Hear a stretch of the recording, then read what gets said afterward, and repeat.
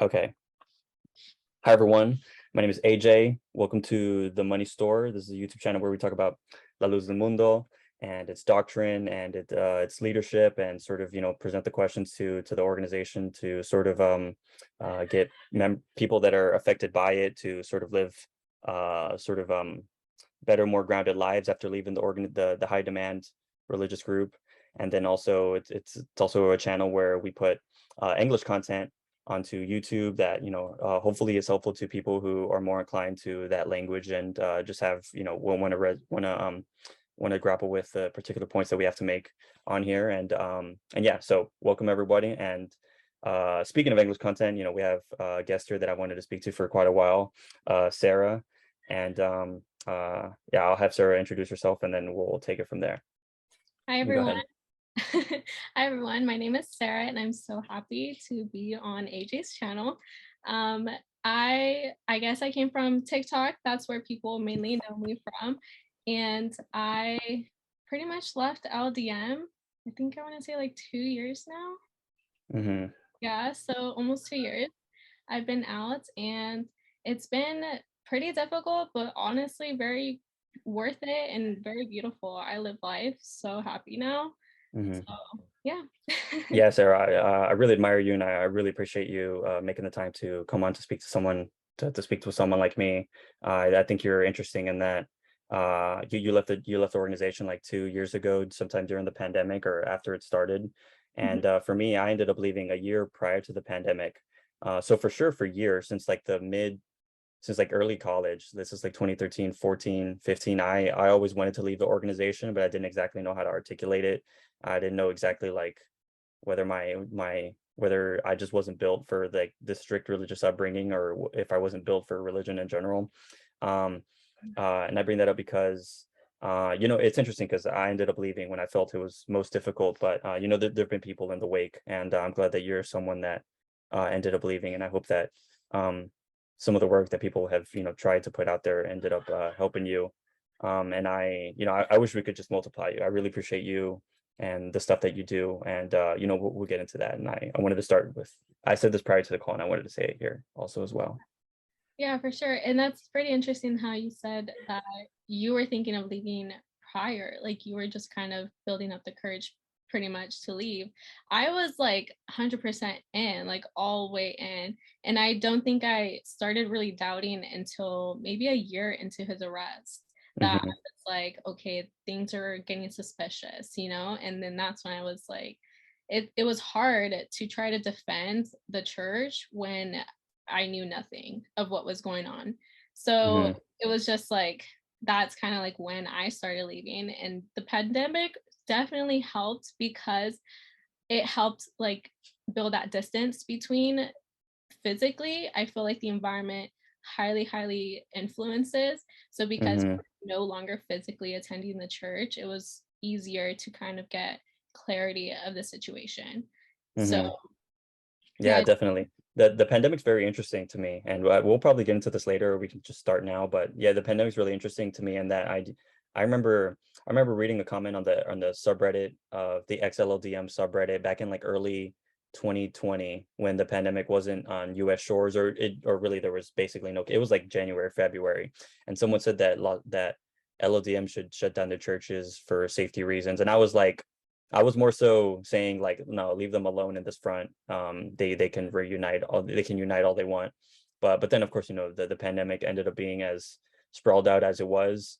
And I remember thinking when different public spaces were being shut down, I remember thinking that no, the church is a site that people visit, that are ostensibly supposed to visit daily and physically, and that requires, your sort of, not your presence on like Zoom in a 2x4 square, but it requires your physical presence and your singing and all that, or all that other sort of physical haptic stuff.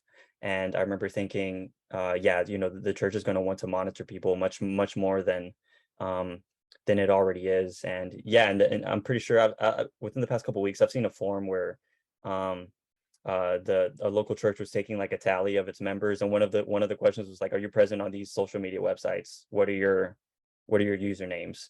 That I'm not too sure if you've seen that. Dante Mandela, on his channel, he makes a lot of posts.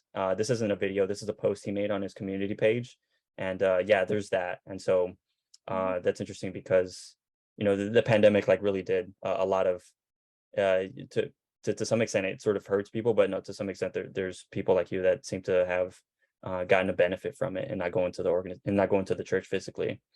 Yeah. Um, yeah, I'm not too sure where to start. I'm glad that. Actually, I think this is a place that we can start. One thing that's interesting about the organization, and that really points out how the sort of the nature of the nature of the group and how it perceives its its opponents, its critics, is that you know, you're someone who shows your face and you're someone who, you know, sort of gives your name. And that is something that I did not end up doing up until a year after I was like on the X LLDM subreddit. You know, I was just posting a lot on there and never saying exactly who I was. Hmm. But I remember when it came out with my face, and I came out, you know, first publicly to close people close to me, and then I actually came out publicly where I was saying my name and doing my face and sort of giving interviews with like my face on YouTube. And can I ask you about, like, you know, what are your thoughts on the importance of showing your face? Any particular impact you feel you have had it, you know, that probably wouldn't have happened if you didn't show your face, you know, that sort of stuff. Yeah, so when I first started posting, I pretty much posted on my Instagram story, and I had just like pointed out the I think I made a video on it on my YouTube channel, and it was Virginia, right? Virginia Beck. Beckett, yeah, Yeah. Virginia Beckett. I came across the video of her and the children's studies because I explained it in my YouTube video of why I didn't want to raise my baby in the church was because of the brainwashing. And so Hmm. when I really saw that, because I initially started doubting in the sense of like, okay, how am I going to explain this situation? Right. So I was kind of dealing with having to defend to my older siblings because they had already started to leave the church. And I was trying to bring them back in because, you know, leaving church equals leaving God in LDM's viewpoint. So I Hmm. was really trying to get my family back. And so that's when I started digging a little bit deeper to try to convince them to come back. But then I started realizing a lot of, you know, holes in the story. And that kind of just led on to me thinking about how was I going to raise my son because I was pregnant at the time also. So it Yeah. was just like, you know, a multitude of reasons that I was like, okay, what's going on pretty much. And I posted this video of the Virginia Beckett on her channel. I posted it to my Instagram story saying like, wow, like this is the exact same things that we were being told, but about someone. And I was like, it's now with Nason. And it was a little bit easier to spot the manipulation. And Hmm. so I pretty much you like posted that on my Instagram story and I was like, wow, like the brainwashing starts from childhood. Like this is how they get, like this is how they're winning. And I got a bunch of DMs saying, you know, from LDM people telling me like, why did I post that? Why did I say that? Like, you know, where is this coming from? That they were so disappointed in me.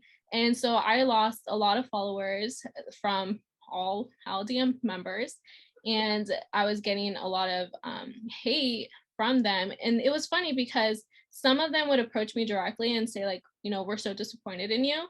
And other people would go to my in-laws or to my family because Yeah. my in-laws are the minister or is a minister and you know they're a minister's family so they're a little bit more I guess like high profile Hmm. could say. So people went to them thinking Yeah. you know, they tried even connecting my thoughts with them. And they tried to say that like I was speaking in representation of their family, which was super far from the truth. And so I was told to take down my stories because now I was posing a safety risk to my in-laws.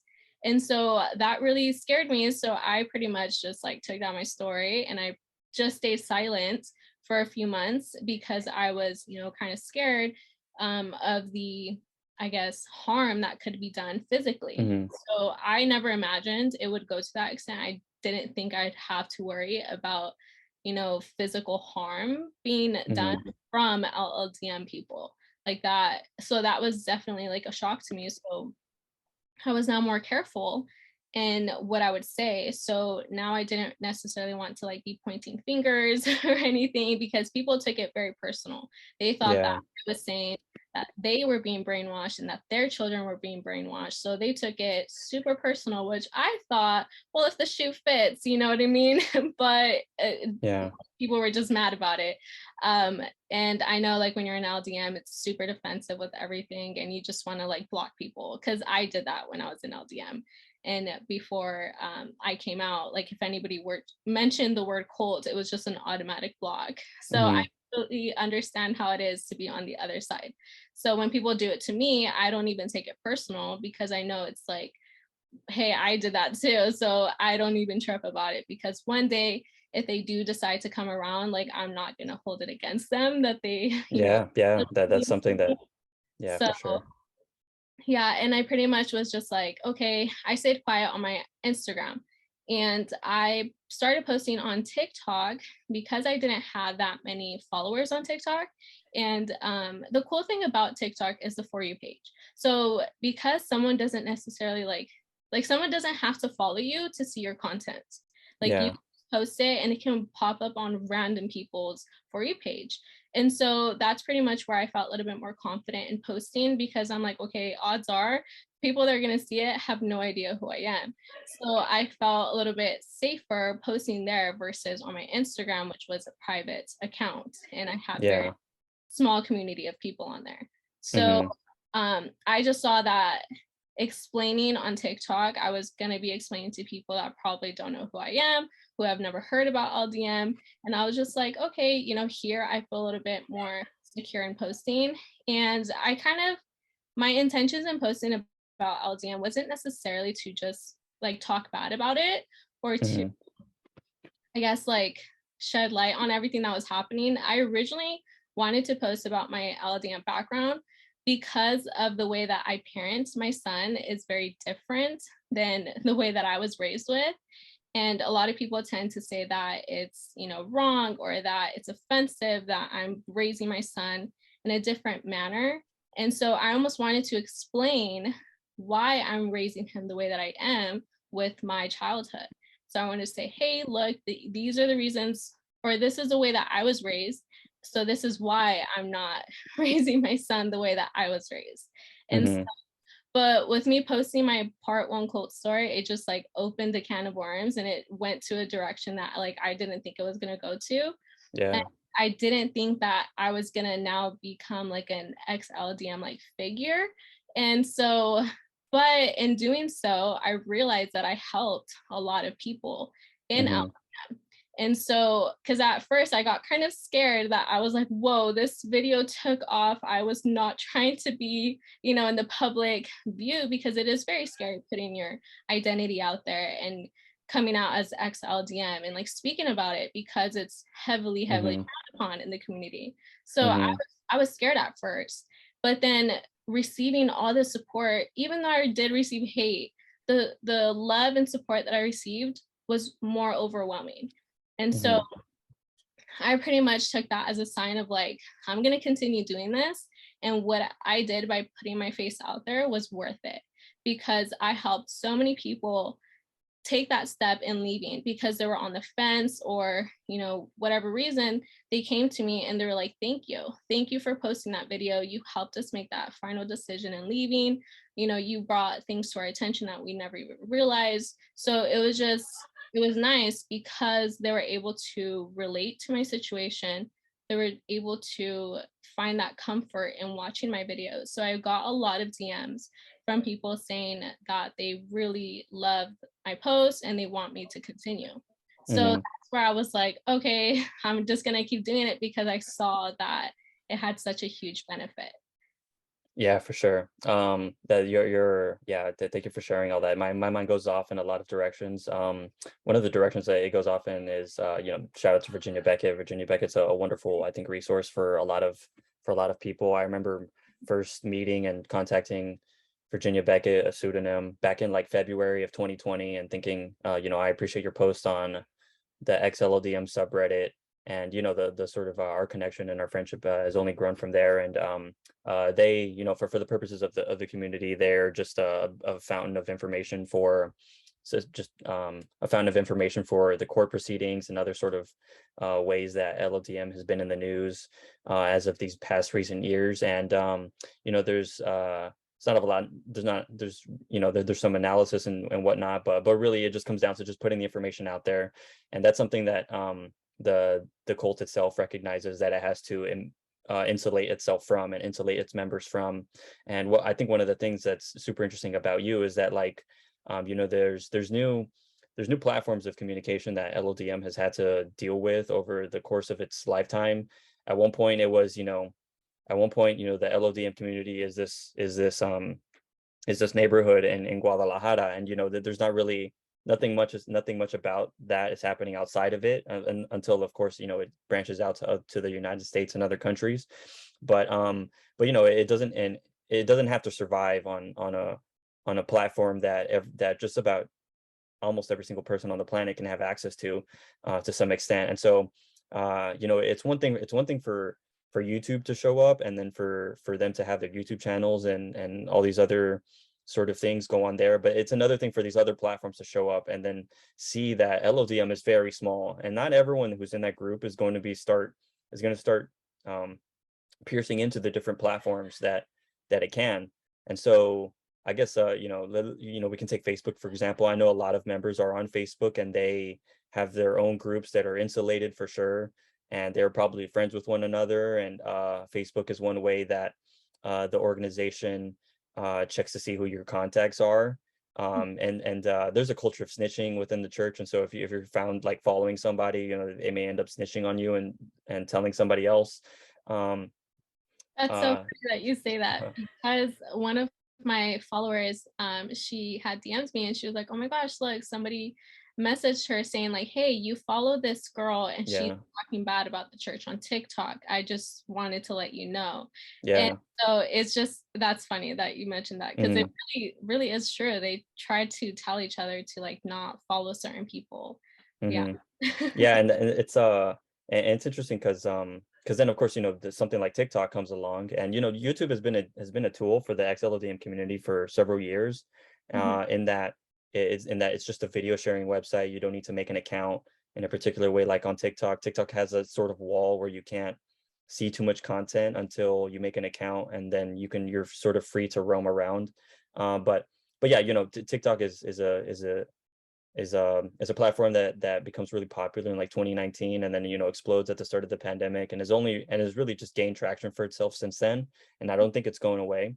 But it's interesting because someone like you can show up there and like you use the algorithm and use that platform to the benefit of your mission of at first it was questioning the organization, and then it turns into something that your content ends up on the feeds of other people. They get to hear about this organization and the way it has to be heard, and it's not heard sort of covertly through members that show up at your door and tell you a particular story about Jesus and God, and then only later do they tell you about the apostle and all the other sort of stuff.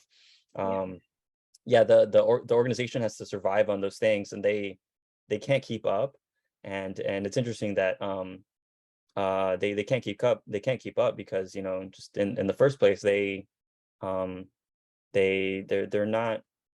to be immune to like any sort of scrutiny, any sort of questioning. And so in the church, since you're from the moment if you're born into the organization, since the moment you're like on your mom's knee and you're a little baby, you have these sort of like reactions hammered into you to have for when someone questions your organization. You're supposed to have all the answers and everything, and if someone doesn't get it, and if someone says to be saying something, you can dismiss it as like they're a tool of the devil. These people, God did not choose them. It sucks to be you, but God chose me. He did not elect you prior to the creation of the universe to understand this doctrine and whatnot. So I'm very glad that you yourself show your face. And I know a lot of other people who do things who do things in activism against the group, and they don't show their face. Not to sort of criticize them, everyone has to make that calculation like differently within their own like social network. I made mine in my own way, you made yours in yours, and some people just aren't prepared to sort of put their faces out there. But really I bring this up just to sort of give people that extra thrust of realizing that, hey, you you may have said a lot of things to defend the organization at some point in your past. You may continue to go, or you may be as deep as you are, or you may have gotten super duper deep into the group, but we can't use that against you if when and if you want to end up backtracking all of that and trying to retell that story in a different way. I remember you telling, well, one comment that you said was how people are reacting in a particular way that you understand, and it's a particular way that I understand too. And I appreciate that you can say that you don't hold it against people, because there's a chance that in the future they may want to budge. I have a story where I think I got an anonymous not hate message, but sort of message of disapproval and disappointment with me from somebody that found out my identity. I sort of let them find it out, and then I don't know if this person is the same person as someone else that I know, but I know later on, like several months later, someone that I hadn't spoken to and for so long came back to me and was like, hey, I've seen the light, I have completely changed my idea of what's going on. I don't want to say they admitted to talking bad about me or having sent me a message, but it could be in my head. I was thinking, is this person the same person that sent me something like this back then?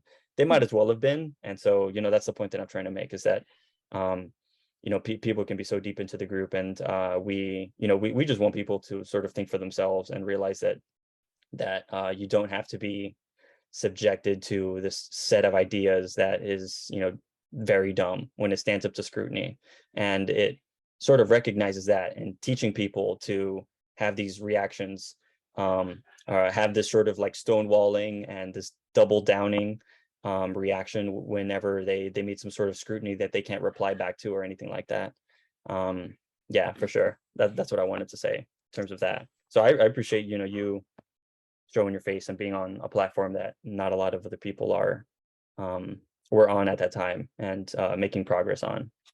Yeah, and I think I kind of want to mention that when we pretty much receive people that once went against us, like the whole LDM hating the ex-LDM, and I think that really roots from a place of like fear, because they're so scared that like the ex-LDM community will corrupt their mind. Because I speak from a place that's how I used to think, right? So I was super scared of ex-LDM Reddit when I was in LDM, and I was scared to even talk to my sister, and because she was out for a few years at that time. And so I was really mean towards my sister and my siblings who had left the church, and I would say really hurtful things, and I was really cruel to them. So I pretty much, when I finally did come to my senses, I was embarrassed. I like went to my sister and I was like, I'm really sorry of the way that I, basically acted towards her when I did, when I was in the church and when I was really, in that like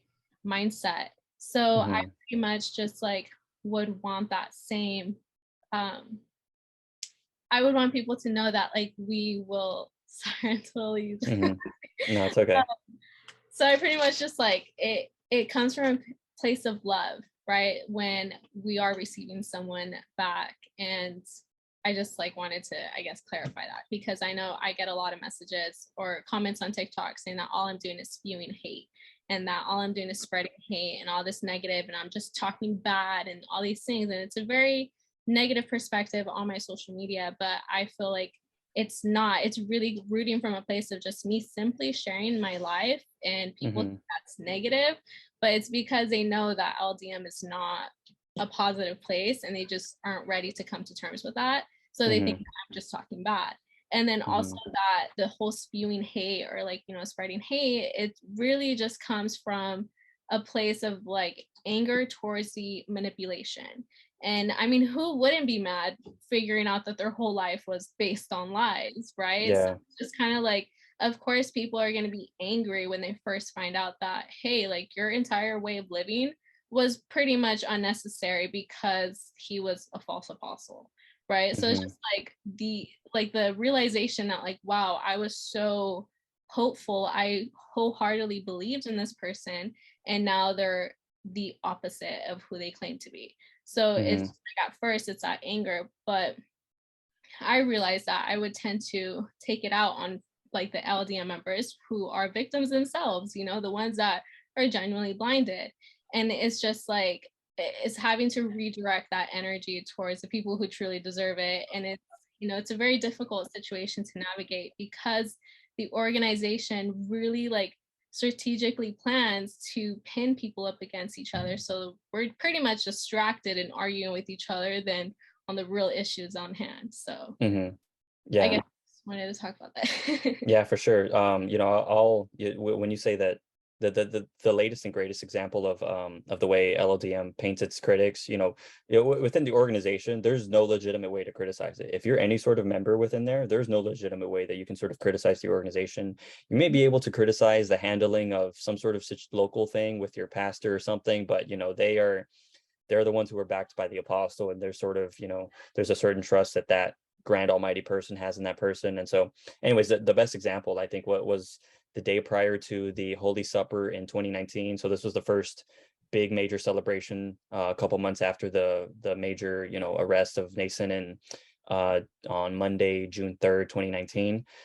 It is Gilberto Garcia, a high-ranking person who's calling everybody who's ever criticized or apostates or anything like that, calling them gangrene, Ebola, sort of spiritual Ebola. These are people who, may have things to say, and they're going to want to spew it out as much as they can. For sure, we're spewing, but we're not sort of spewing hatred. To them, everything that is being spewed by somebody from that's outside of the organization is, you're sort of viewed as a tool of Satan, and that you're concerned with nothing more than spoiling the faith of other people, is the way that they view it. And so, yeah, Gilberto Garcia back in like 2019 was calling everybody who had left the organization spiritual Ebola, gangrene, some other sort of words that are used like that. And then speaking of the pandemic, I remember when the pandemic was first hitting, and it didn't exactly hit in the US yet, but I remember reading this in March from some people that were posting this, and it was something along the lines of, just as humanity has decided to arrest the man of God, 2019, God has decided to arrest humanity. God has decided to inflict this quarantine upon the rest of the planet to get back at them for having left church. And yeah, that was very tough to read, and it's terrible to just have to realize that these are the sort of like things that you're supposed to be thinking when you're in the organization. There's no legitimate way to criticize this thing, and there big grand events that can happen in world history can be sort of twisted and interpreted in a particular way to prove that we're right, you all are wrong, you're very wrong for allowing your government to arrest this man and all this other stuff. I want to take a couple steps back, and I want to say that it's a statement of fact that La Luz del Mundo, its doctrine, this church, it is a religious church. It is a religious church based on a doctrine that is a set of ideas. And every other organization on the planet has a set of ideas too. And not everyone can be right about them. They're all reading the same books, different books, interpreting them in different ways, et cetera. The religious thought and practice and all that stuff comes in a lot of shapes and colors. La Luz del Mundo, its own particular shape and color. But the thing is that to us, to outsiders, what we just want to point out to a lot of people is that it's a very dumb set of ideas. It's a very dumb set of ideas that one can only believe if you're put into that environment or in a particular life situation where you're vulnerable to them. And people don't want to think of themselves as vulnerable to those ideas, but that's really what it is. Instead, they sort of think of themselves as like blessed enough by the grace of God, since the beginning of the creation of the universe, that they were chosen to believe in this stuff, and they want to think of themselves in those sort of nice and wonderful fairy tale terms, which I understand, like why people are attracted to religious belief and whatnot, but the thing is that La Luz del Mundo in its own particular way can only survive because it tries to get itself immune from criticism, like from people like you, and that they can, and like we're discussing right now, these sort of reactions that people have to cutting off their family, to not speaking to them, to kicking people out of their homes and whatnot. I've read a lot of these stories, and that all that stems from the dogma that the group tries to paint itself in, wherein this is the most, Nathan is the most holy man on the planet. He is the middleman between the heavens and all of humanity. No one can go to heaven unless you know about this dude, or believe in him and whatnot. There's a lot of steps to it, uh, but um, but um, but then people like us come along and we have these observations that we can make and talk about the group in a particular way. Uh, well, what I'm trying to get at also is that, when you're in the organization and you're going to the organization all the time, every day, like you're supposed to ostensibly, but for sure weekly, it's nothing but a hype party in there. There's no culture of I don't want to say culture of dissent, but culture of debate and engagement with dissenters. There's no like live debate that is held there between our own minister and then some minister from like down the street. That there's none of that. It's always a constant hype party of you yourself are in the building that you have to be, and there's literally no better place that you can be in on the planet. God is looking at you right now. You better sing your heart out. You better devote yourself, pray harder, pray that you can understand more, pray that you can question less. They won't say that, but that's basically what it comes down to. Pray that you can question less and just given um, excuse me, given to this group more than you have now and can continue to give. Um, uh, and then that's something that I ended up really despising, even like prior to when I actually left. Just for years, I always felt like there was something like wrong there, and that I could never speak my mind there. And it's always just sort of sitting there and just taking it in and then leaving. And there's no culture of debate, outside of it. That's something that was very tragic. And so and this is, with the arrest of Nason back in 2019. Since then, it's put the church in a particular light with the public, with particular media outlets, and it's caused a lot of people to leave, people like us, and it's caused a lot of other discussion to happen with things like this, where we're in right now. We haven't even really discussed the arrest, but the fact that the arrest happened, ended up stirring everybody, and sort of people had to get out.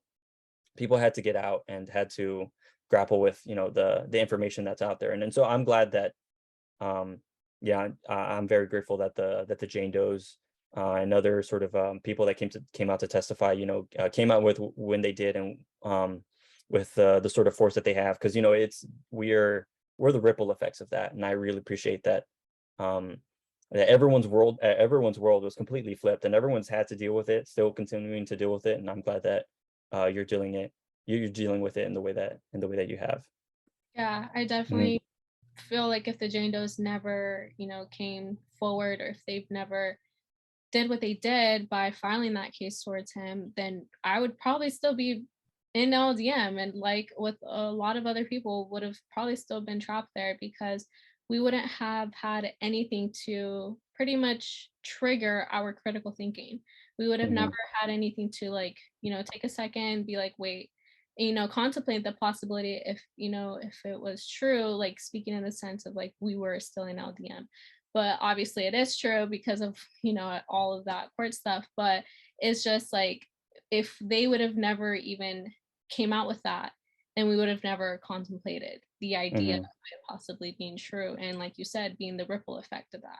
So it's definitely like, I feel, everything happens for that. And Mhm. it's just like, it's crazy how it all started because they were like, we have to speak up.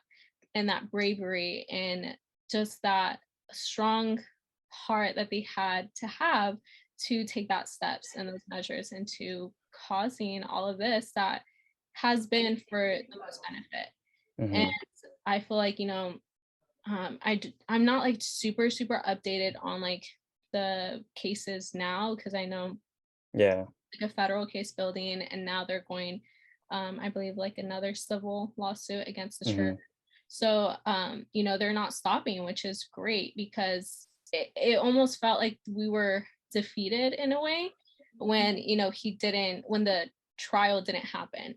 It was a huge disappointment because we felt almost betrayed, because we were Mhm. all waiting for that. Everybody was waiting for that, and it was very disappointing. And of course, when the Jane Does were speaking their testimonies, it was just heartbreaking for everyone. I feel it was very heartbreaking for everyone. So we definitely feel connected to them, even though I never firsthand experienced what they ever experienced, or nor did I ever witness anything, but just Hmm. hearing the pain in their voices, it's almost as if I was like, I don't know, I just felt connected to them in a way, because what they were saying about growing up in the church was completely true, because we witnessed Hmm. it firsthand. We Yeah. that part was true, and we know the manipulation and the programming that goes into being a young LLDM member, and thinking that, like, everything that happens there is for blessing and you can't question. So all of that made perfect sense, because I lived it firsthand. So Hmm. it was just like, it was even more easy. It was easier to just be on their side, if that makes sense. Like, even more, even though I don't know them personally at all. But Hmm. it's just like, I don't know, it's crazy how that just being raised in the church just connects us, and now leaving the church is kind of what Hmm. still keeps us together in a way. Did you ever meet Nason when ever since he became, or like prior to him becoming the leader, or like afterwards? Did you ever actually meet him? I never met him. Like, Yeah. I've seen him in distance, like in person, but only in church Yeah, setting. so same thing. I've only ever seen him at a distance. For sure, having to listen to him and all his broadcasts and stuff. But Mhm. for sure, seeing him at a distance. One time early on when he first became the leader, I saw him like 3 feet away because he walked in front of me in a sidewalk and in a particular setting. But yeah, that's the that that's something that we try to get people to realize. At least one of the things that has to be realized when people discuss the case and their own understanding of who this man is that like this man is the most important man on the planet. Clearly, the church isn't occupied by everyone on the planet. He's only known by a certain set of people, and the goal is to get everyone on the planet to know this man, and through whatever means. And then it turns out that people within the organization, 5 million members ostensibly is what they say. I highly doubt it. I believe it is way less than a million, especially in the past couple of years. Mhm. But like the thing is that even within that small subset of people walking the planet, not everyone has met him. Not everyone who all of us who believe we're the anointed people, chosen people of God, we don't even get to like meet this dude. Like no one, like very few people have ever can say that Actually, they've gotten to sit down and like have coffee with him and not see him in the particular setting that is the church presentations that he gives. There's trumpets and there's a red carpet and there's people lined up along the sidewalk for him with a salute, giving a salute or something, holding a flag. It's a giant hype show. It's a lot of sort of pyrotechnics, um you and the pretty dude much may only, sorry to interrupt you, but it's no like go on. pretty much you only know the idea of him. You don't even know who he is. And Hmm. that's something that, like, when people, I see it a lot in the LDM community when they're trying to defend him, they're just like, I know who I believe in. And it's like, do you though? Like, do you really know him? And I had like a conversation with this very strong fanatic, and they're basically claiming that they know him because they've served him before. And I'm like, for like what, an hour while you stand there while he eats, like, you're not talking to him, like, you're not with him. I feel like, even, going beyond like him just being the, so-called apostle, like, you can't even claim that like your friend super well, because you don't know someone until you're like 24 hours with them, like 24/7. And like married couples, that's when they start to get to know each other. Really, you don't know someone until you live with them. And so Hmm. it's just so hard to defend, Nason with that kind of logic of that, like, oh, well, I know who I believe in. And it's just like, Hmm. no, you don't. You can't say that you know him unless you've lived with him, or Yeah. with him for extended amount of time. Because Hmm. I don't know, it's such a hard logic to be so strong in. Hmm.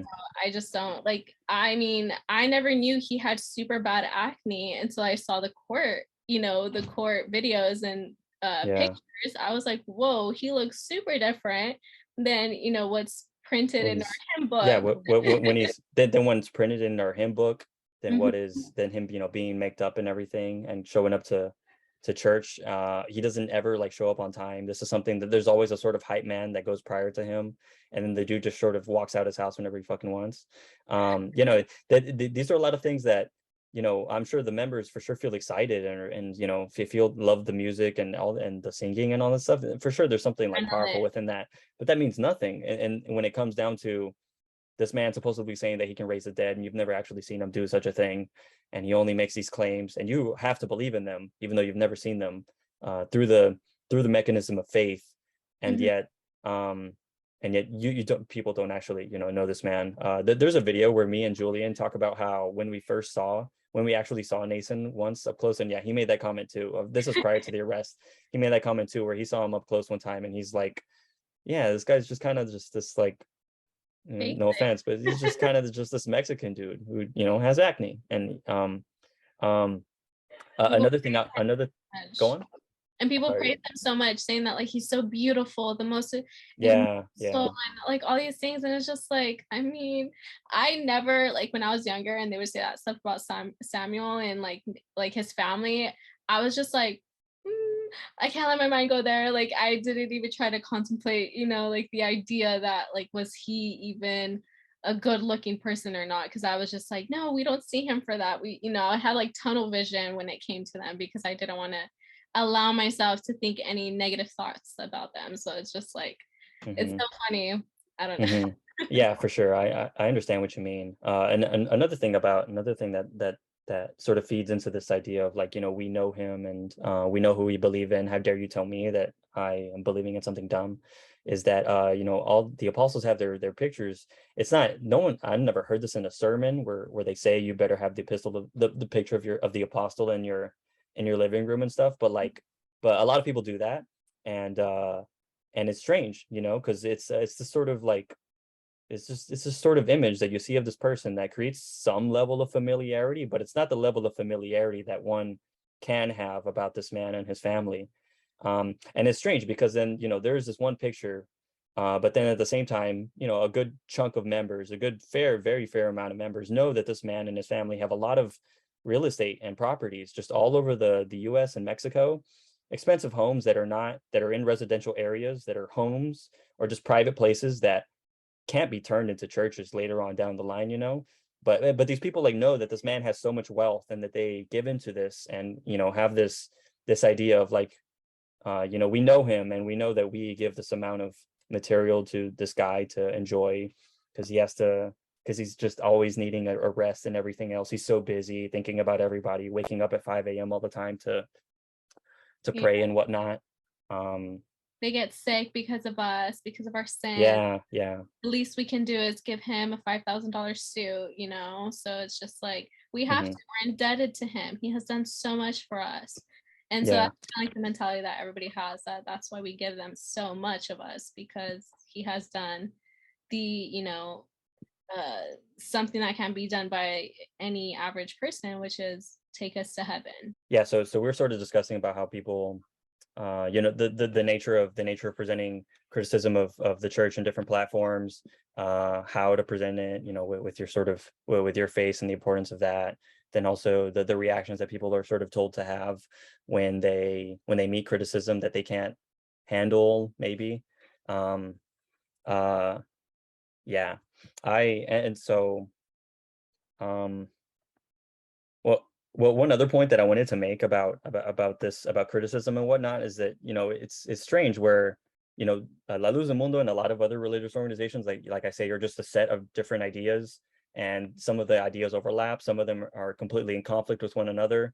And LLDM's main religious ideology that it contends with, its main rival is Catholicism. And growing up, we get a lot of, that's kind of the default in Mexico for a lot of people, is, a lot of people are Catholic.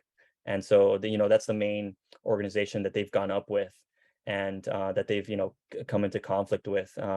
And while I'm very sure that there's been instances in the past where La Luz del Mundo in its early history had instances where Catholics were doing incidents of religious hatred towards them, I don't doubt that. But the thing with the thing with that I don't like about La Luz del Mundo now is that it very clearly says that it has the all the answers and whatnot, but there's never any sort of show of debate and sort of contest with other groups.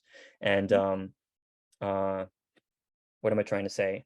Yeah, they'll drill anti-Catholic ideas, criticisms of Catholicism, criticisms of Mormonism, all these Jehovah's Witnesses, all these other groups. They'll drill that into you as much as they can, as a kid. And while you may feel like you have that sort of criticism, the thing is that like the church itself can't actually stand up to any of it, and doesn't, sort of embrace it in a way that it really should, to the level that it should. Yeah. Um, yeah, Especially if they claim to have all the answers and that, we have a man that can speak directly to Jesus, it would sound like, we would be able to. hmm But the fact that you can't be able to debate with someone of another faith, there's just like a major red flag already. yeah, it is. And actually, here's what I was trying to say. You're well. One comment that I hear, and that you've also shared, that you hear too, is that like you leave the organization, and then people are sort of start with like being dumbfounded of like, wait, why are you questioning us? You're out. Leave us alone. Go live your life. This and this. They're not going to tell you. You gave into your life of sin. Go and sin all you want. You just wanted to sin the whole time. Go and give into it. They don't say that, but they can stop, they can stop that sentence as like, you left, go on, leave us alone. But the thing is that like this is the point that I was trying to make, is that like so many LLDM people, their families, ancestors, etc., left Catholicism, and they never left Catholicism alone.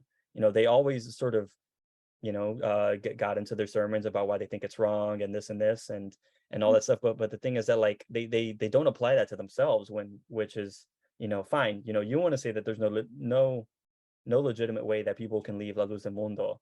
But when people do leave, people, I think, have every right to like say anything they want to freaking say about it, and you have every right to sort of defend yourself. And the thing is that they defend themselves in very dumb ways, and really the first way is always is that comment of like, leave us alone. Like, you were never part of us. Um, You were you were never. never part of us. You know what you're talking about. Just go live your life, go sin and whatnot. Yeah, that's something that always irritated me, was that like, just embrace that. It's something, it was always about like, I want people to sort of embrace the fact that they can turn back around to the church and give it to them in the way that they should. Yeah, for sure. And it's funny that you mentioned how they do tell us like, oh well, you're never really part of the church, you just wanted to sin. I've actually been told that on social media, like on TikTok. They're just like, oh, this girl literally just wanted to wear pants and just wear earrings. That's the only reason why she left. And I was like, what? It goes so much deeper than that. And it was never about wanting to wear earrings or Hmm like being restricted to only skirts. And I feel like people fail to see the deeper meaning of what it is to leave LLDM.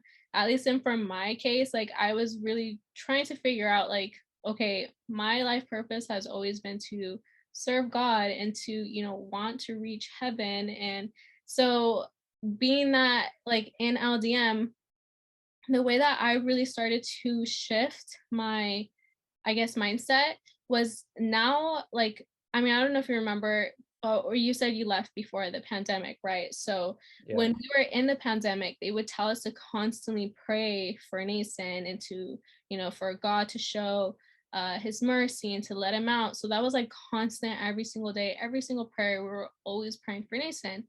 And so I got to the point where I was just like, you know what? Like, what if I'm like asking God to free Nason from jail? And like, what if he's supposed to be there? Because I started thinking, because they would tell us in church, everything happens for a reason. None of this is by accident. Like God has a bigger plan. So I was thinking, I was like, why am I trying to go against God's plan by telling him to free Nason? So I started getting a little like, finding the little loopholes of the logic that LDM was preaching. And I was just like, okay, now I'm not going to be praying for God to free Nason. I'm just going to be asking God to give me faith in Nason if he is truly his apostle. So I Yeah. started shifting the way that like I was praying, and so that shift in language really clarified a lot of things for me, because then I kind of got into on my TikToks how I started to have dreams that he wasn't the apostle. And so I was just kind of like, these are probably the, after effect of the language of what I was praying for. So because I was asking God to give me faith in him if he was a true apostle, and the fact that I'm not receiving faith in him probably shows that he's not an apostle. So, and I think that's why a lot of people resonated with me, because at the end of the day, we're just trying to figure out which way is the right way, even Yeah. though Yeah. that is such a hard road to navigate, because it's incredibly difficult in this world of hmm multiple religions. And so I'm at the point in my life where I just don't believe in religion. I don't think one certain way is going to get you to God, and only that way, like LDM Mm-hmm. is. I feel Mm-hmm. like if you just genuinely try to live your life like a good person, try not to harm others, and just try to live life peacefully, then I think you will have a chance at, going to heaven or whatever you believe in. And I just feel Mm-hmm. like just trying to live life peacefully is just what it is. And not trying to force other people's hands and following your way, and benefiting off of people, because I just see, as all religions, most of religions are just so corrupted these Mm-hmm. days. So I guess I kind of went off a little No, tangent, no, but that's good. That's great for um sure. but yeah, just like on social media, just I feel like people fail to see the overarching ideas, that it's not Mm-hmm. because of skirts, it's not because of earrings, like that is just so superficial. I Mm-hmm.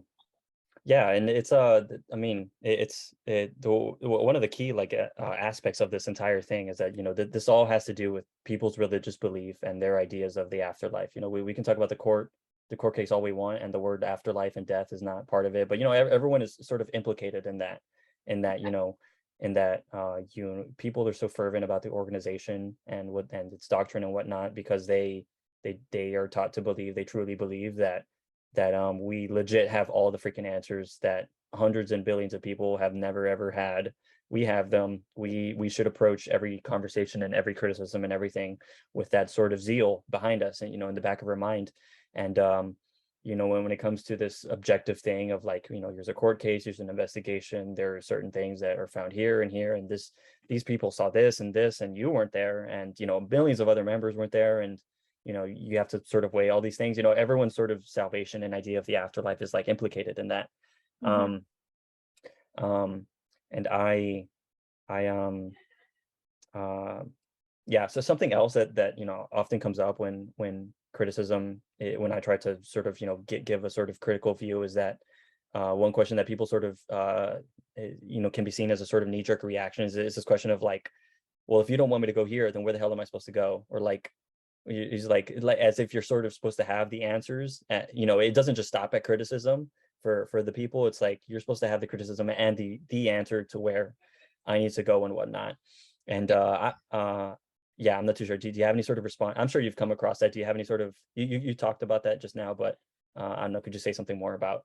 Yeah, because I actually Yeah. received a comment on one of my TikToks. They're just like, well, just leave those people be. They're not doing any harm. Like, if they're not at LDM, then where else are they supposed to go?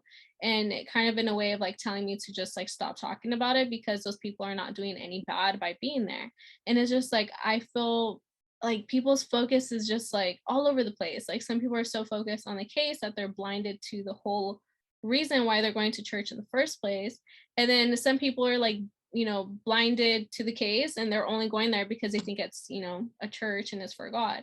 So it's just like it goes either way. And I feel like to answer for both people is just like, at the end of the day, like you have to really outweigh the the benefits and the not so good benefits of that church, which is, I feel like the negatives outweigh the positives in that church. And just knowing that life, there's so much more to life than just being confined to that organization that is extremely small in this world. Very, very small. I've realized once I was out, you know, Yeah. odds are like, it's just when you start to analyze the church for what it truly is, you start to realize that it is more bad than good.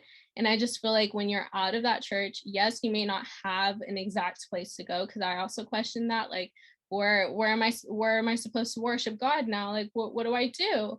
And it's like, when you start reading the Bible in a different light and a different perspective, I at least realized that, to answer that specific question was that your body is a temple, correct? That's what it says in the Bible. So you don't need to attend a physical temple in order to worship God. You do that just by standing, like you are the temple. So I feel Hmm. like if you want to continue in that like religious route and that same mindset of like following the Bible, then you could use that text in the Bible by saying, hey, you know, your body's a temple, you can worship at home, you don't need to go to a physical building. God is everywhere. So I just feel like having that peace of mind, at least it helped me in the moment when I was trying to navigate where to go next. And I feel like Mm-hmm. that's the problem, is that trying to jump to different churches, trying to find out the right one. I feel like you'll never find the right one because they're all we're humans. Like we're not perfect. So every Mm-hmm. single place is going to have their set of issues. And I just feel like I know out there may be healthy churches. I don't know. I've never came across them. I have yet to visit another temple just due to the religious trauma of LDM. So, Mm-hmm. but I have heard from my classmates, because I attend a private Christian university. And so my classmates, you know, they try to encourage me. They're like, go to a church. You know, there are some that are very toxic, but there are some that are very beautiful and have great relationships. Like, you can find one out there. It's just going to take a little bit more effort. And Mm-hmm. so I know there's probably some out there and you just have to look for them, but just, I guess, finding and being able to go to a church with such an open mind. And I know churches are not for everyone, so it really just depends on the person. Um, Mm-hmm. I guess, yeah. Yeah, definitely.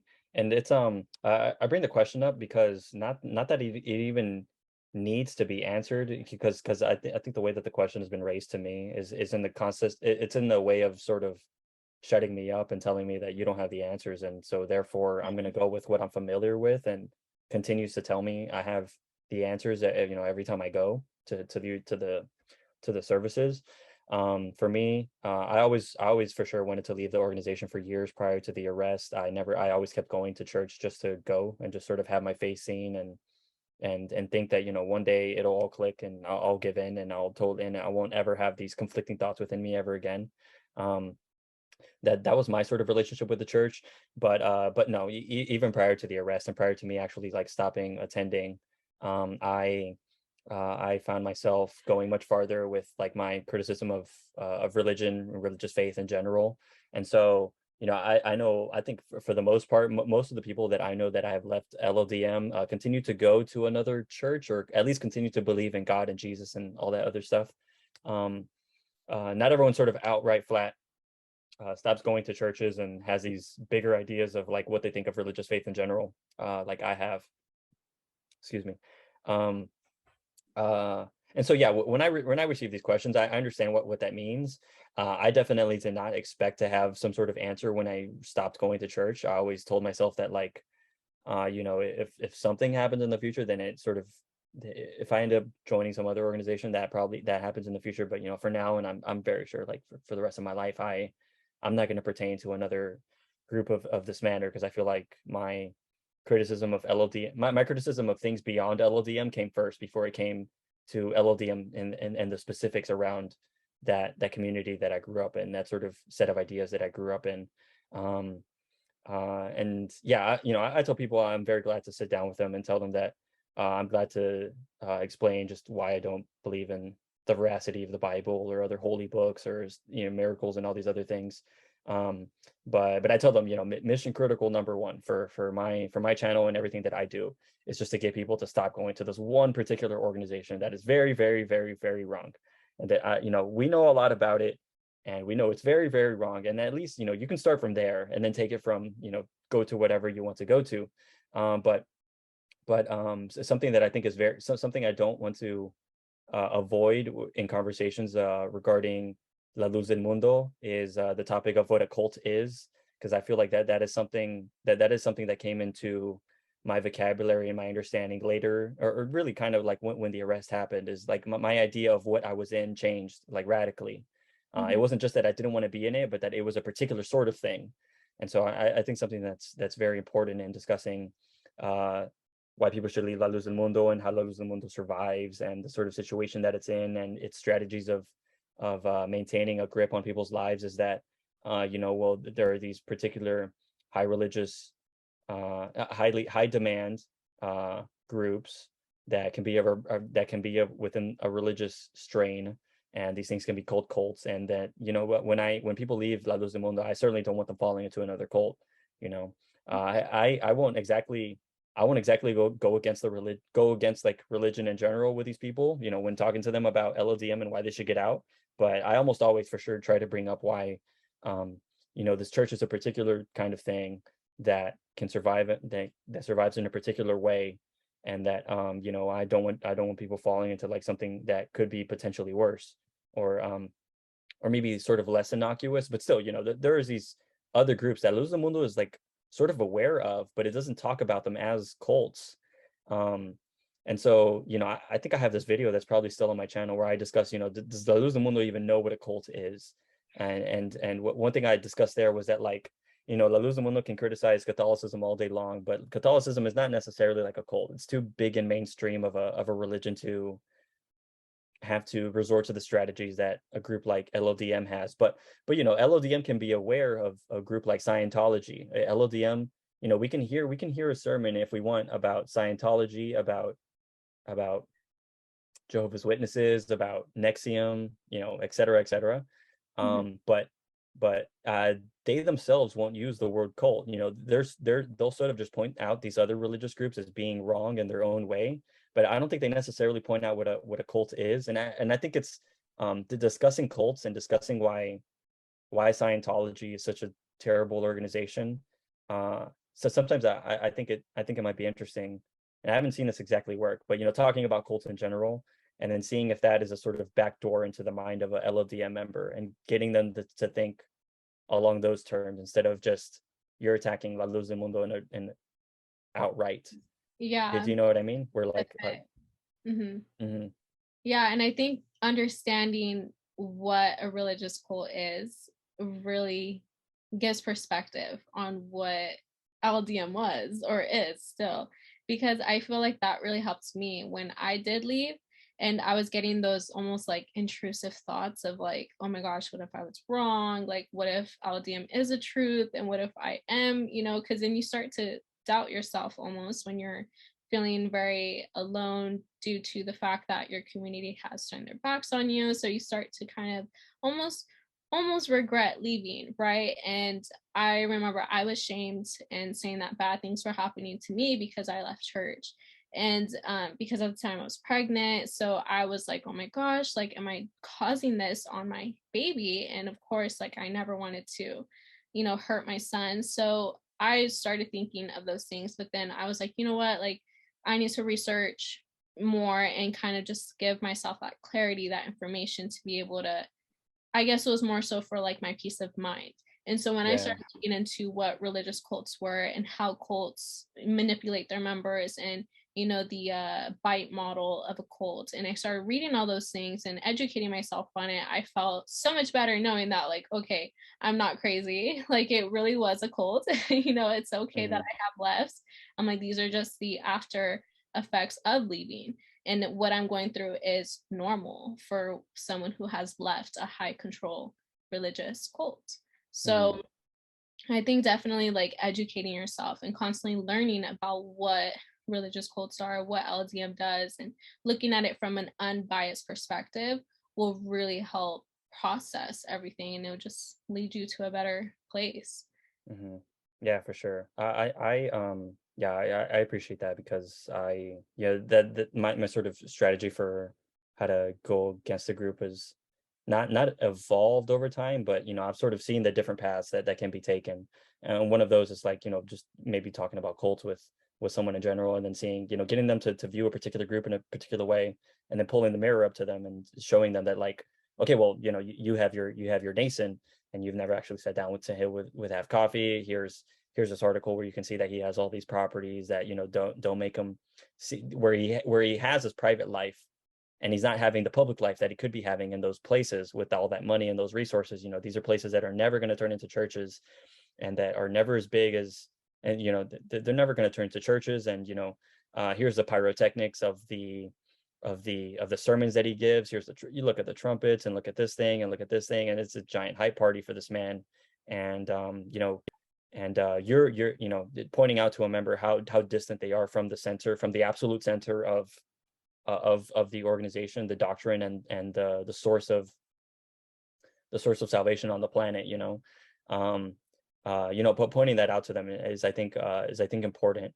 Another sort of interesting backdoor that I wish I could do more often, or at least think about. I like to think about it all the time, but that I wish could happen more, or that I could see more progress from, exactly. And I don't think anyone, well, anyways, but discussing like the number of members that the church has, for since like the late 90s, people have reported that the church has been reporting that they have like 5 million members around the planet. And I for sure can say that in the 2000s I heard that. But for sure, maybe like in the late 90s, there's someone that has a document or a magazine that says that the church has 5 million members. But for sure, since then, the church absolutely does not have 5 million members around the planet, because it has diminished. But say even prior to the arrest, one could sort of take a survey of the information that's out there available on the internet, to sort of figure out if there's 5 million members on the planet or not. And there really isn't. People can discuss the 2018 Holy Supper in San Bernardino, California. Everyone in the U.S. is supposed to go, but it only grew to a certain amount of people there, and even some of those people were people from Mexico. And then also the sort of Holy Suppers that um, the organization says it has this many connections tuned in and whatnot, but it's never a lot of people within that one small neighborhood that actually makes it seem like it's 5 million people within the organization. um Yeah, and that's interesting, because that's all just talking about numbers and pictures and sort of information that's out there in the world to discuss a particular number that has nothing to do with miracles and faith and Hmm. doctrine and interpretations of religious texts. But yeah, like even on that front, because people are so married to the idea of having all the answers and being in the one true church of God and whatnot, even on that front, the numbers don't matter, like I remember bringing it up once in a sort of fervor with someone in a conversation, because other things were said prior to this one point, but at one point I was just like, there's not 5 million members in your group, right? With the implication of like, that I've sort of put a YouTube video out there where I feel like I have things to say about this number that you guys peddle so much. um and uh and the conversation wasn't going anywhere to begin with, but for sure that was a moment where like I was like, hey, I'm committed to not letting this go anywhere until you recognize that there's this one matter that you can't talk that you can't change my mind on, because the facts haven't changed.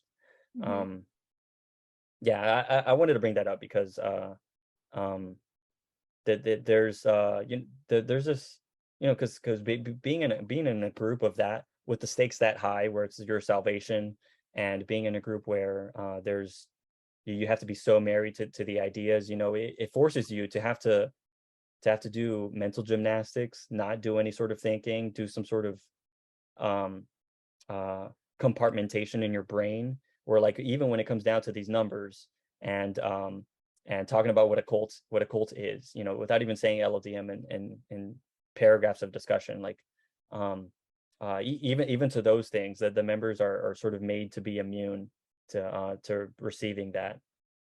Yeah, Yeah, the people it's will tough.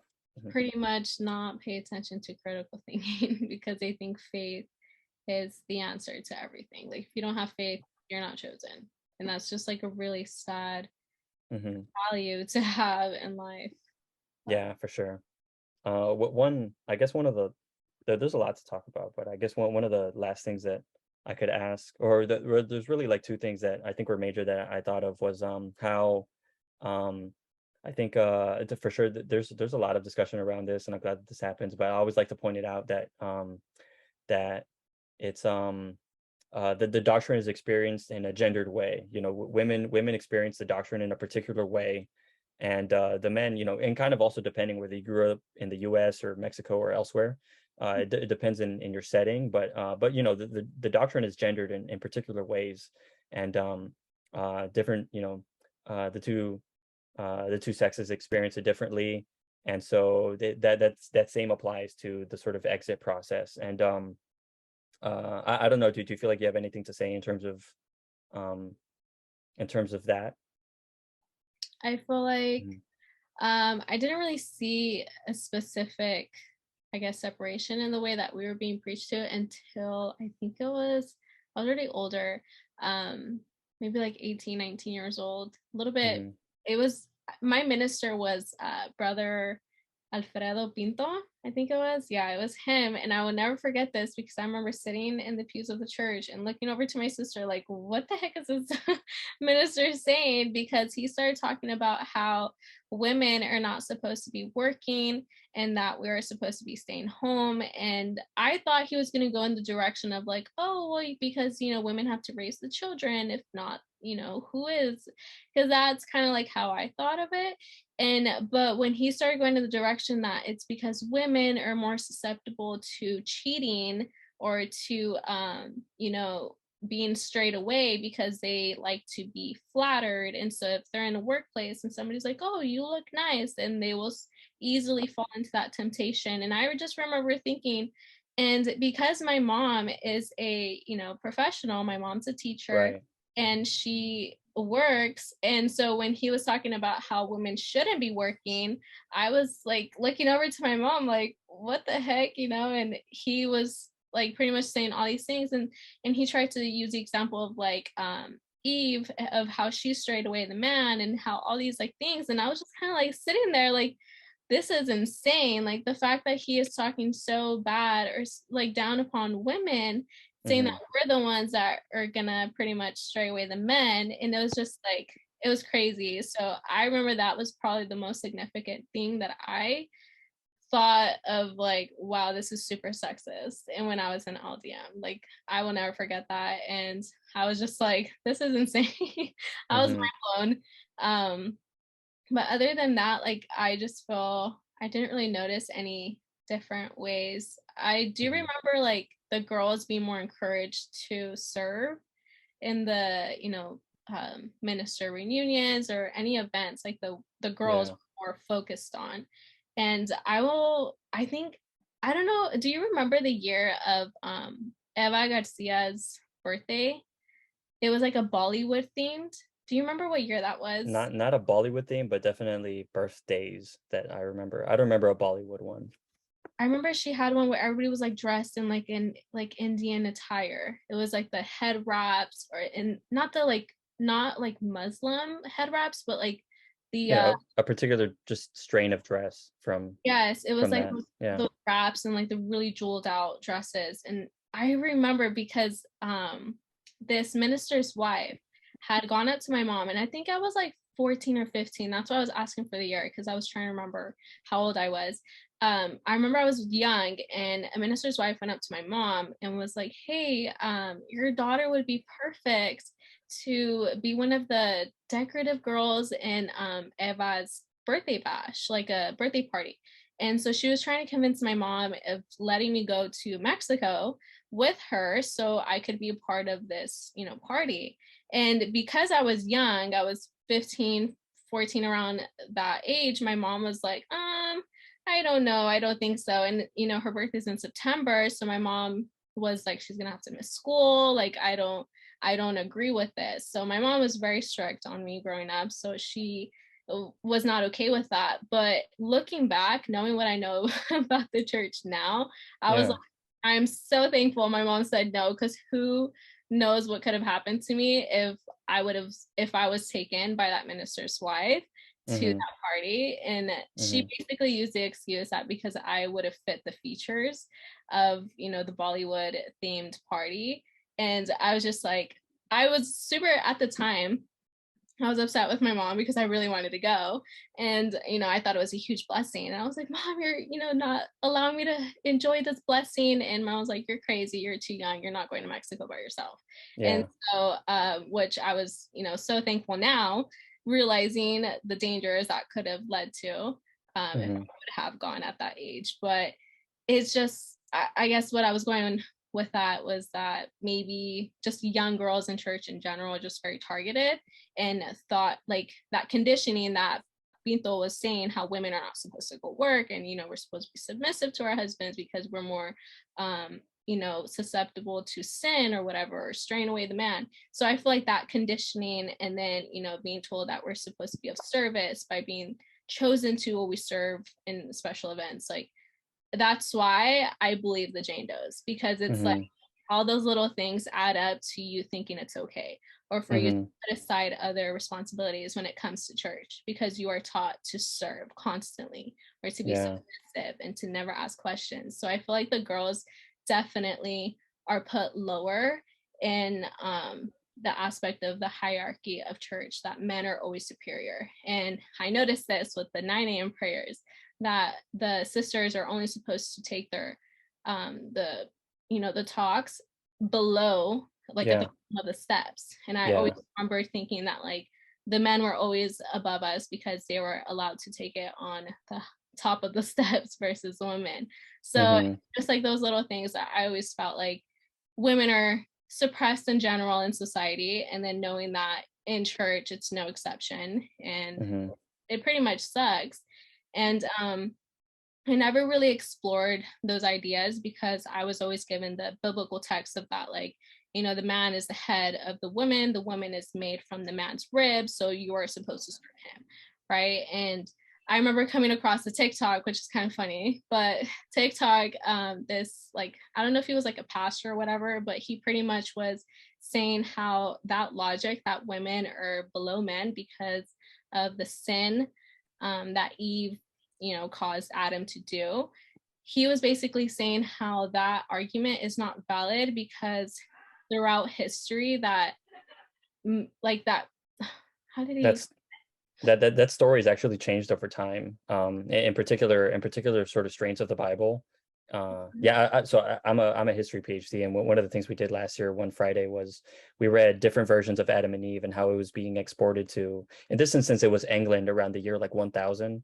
Mhm. Maybe that's what you're getting at, where like particular what was the story has been changed in different ways. Is that what the dude was saying? Yeah, like it's been pretty much changed, and that things in the Bible that people have gone back on, kind of like saying how I think he used the example of women using, kind of like nowadays with childbirth, because you know how the punishment was that women were not to experience pain during childbirth, and like men had to constantly work. That was kind of like their God's punishment for Adam and Eve for from taking the fruit of the tree, right? It's So wonderful. so pretty much that, like, throughout time that people have said like, oh well, women are able now to take medication for their childbirth because it's okay, things like that. So he was kind of going along the lines of like, if we have justified or trying to make the sin or the punishment from God easier, then why is it that like we are still so stuck on that women Hmm. are below men, when it's like, I don't know. I have to look at that video again. Hmm. I just saw it quickly and I was like, oh, that's interesting. And I just kind of skipped through it. But it's Yeah. just to show that like even in the church, just hierarchies are just so messed up. Yeah, definitely. I bring this up because I feel like it's harder to sort of make in my experience, it's been harder to get women out of the organization than men. And this is just from sort of taking a tally of the people that I've spoken to, and it's always felt much easier to sort of discuss things with like a male than a female. But then also I bring up the gendered because yeah, so I bring up the gendered aspect of the doctrine because it ended up affecting how people tried to get out of the organization, and then it of course affects how deep people sort of get into the organization. And one of the things that I bring up about women is that the women starting at a younger age, early age, maybe double digits when they're around 10, kind of depends where you're at and how the norms work, but the girls have to start wearing skirts for sure, like all the time, and that is a particular marker of differentiation between a woman and everybody else in the population around them. In church, of course, everyone's wearing skirts and you don't feel too different and whatnot, but that creates a sort of layer level of inclusivity to that church that all the guys aren't experiencing, because like all the rules for the guys when they show up to church is that and then of course the genders are seated separately because of sexual temptation or whatever the explanation is. But um yeah, the guys, for us, it was just like, you just don't show up here with shorts, you can show up with tennis shoes, but you know, it's also like, you know, why you're showing up with tennis shoes. But Mhm. it really, it comes down to like, don't wear shorts to church and don't have facial hair, which I don't know why exactly the justification was around that, but that is much easier to have to live with if you're a guy in the church than if you're a woman who has to start wearing skirts all the time in public, wherever, in a particular way, at a particular age. And then of course, if like the sermon is trying to hammer in these ideas of the gender division of labor within you, and trying to get you to expect that, you know, you're a woman, and the male, more often than not, in the culture of the group, is going to be the breadwinner, and the woman's going to be the person who stays married to the domestic space. You know, women can be trusted. Women can be trusted to go to the university and whatnot, because they're going to go sin or something. Um, then Mhm. also. Then also when it comes to work, then also when it comes to work, you know, if a woman does happen to be educated and they're a nurse for sure. I'm sorry. I have a bunch of gas I'm drinking here. There's this one instance of this one woman who was a nurse who obviously couldn't wear skirts to her job. You know, that's not part of the uniform, and she had to wear scrubs, the sort of pants scrubs. And I remember once I worked at a grocery store, and I didn't recognize this woman. I was just seeing her as any other sort of customer once, but she sort of walked up to me and she bought something and then she left. But it's sort of in the middle of our exchange of telling her how much I owed her and whatnot, she said that, hey, you don't see me in a skirt, but that's because I'm working and whatnot. She's wearing scrubs. I was like 18. My thought was like, I don't give a fuck. Like, I don't care. But for her, in her head, you know, she had that sort of like uh Embarrassment, uh like just trying that to justify before mhm. I say Yeah, just having that sort of motivation within herself to have to sort of say something, just in case I for end up some reason end up snitching on her later, saying that, hey, I saw this one. Yeah, like, and I didn't like that, but I bring that up because, yeah, now on the other side of things, I think like it might be a little harder to get the women outside of the organization. And then also when it comes to the arrest, the attitude that people have towards the people that came out, you know, is a particular kind where, you know, it's viewed as, once again, it's a woman at the center of this. You know, the arrest of Nason is viewed as this like grand biblical thing where God is dusting the rug and God is putting his community through a certain trial. And, you know, and the people at the center of the people at the center of this, the catalyst at the center of this is a bunch of young women who are deciding to speak up about their experiences. And, you know, and sort of immediately, you know, there is the criticisms and whatnot of calling them, calling them rameras, which I'm not too sure what exactly that translates to, but it's obviously something negative. You know, just calling them promiscuous and calling them untrustworthy and other things like that, and out to get the holiest man on the planet. You know, yeah. I um, definitely feel yeah. like a lot of those little things that kind of like with the skirts and stuff like that. Um, I think they definitely build up this lack of confidence in women. So we no longer trust ourselves. And it all starts from Adam and Eve story and pretty much saying that like, women are not to be trusted. So to a certain point, like we don't even trust ourselves. So it's just like this idea that because like you were saying, the center of the whole situation with Nason's case is young women. People are like, oh, they just dismiss it very easily because they know that almost women's words have no value. And especially in LDM, because we're supposed to be submissive, we're supposed to follow and be like a yes sir type of person. We're no longer trusted, and it's like even instilled within the men of the community of LDM, like they're not to really trust their wife because Eve straight away Adam, so you got to be careful. And it's just like now they always just try to use the Bible to justify their Hmm. tactics. And about the whole skirts thing, I remember I didn't wear skirts until I was like 14. And because I went to a school where like I did not go to school with any other LDM members, so I felt a little bit more free that I wasn't going to be judged.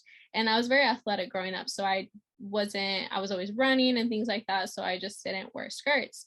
And I remember sitting down in church one day, and we got a new minister, and he was just kind of explaining how his daughter had never worn pants before. She has always worn skirts even when she was in preschool and all these things. And I remember thinking I was ashamed of myself because I didn't start wearing skirts until I was 14.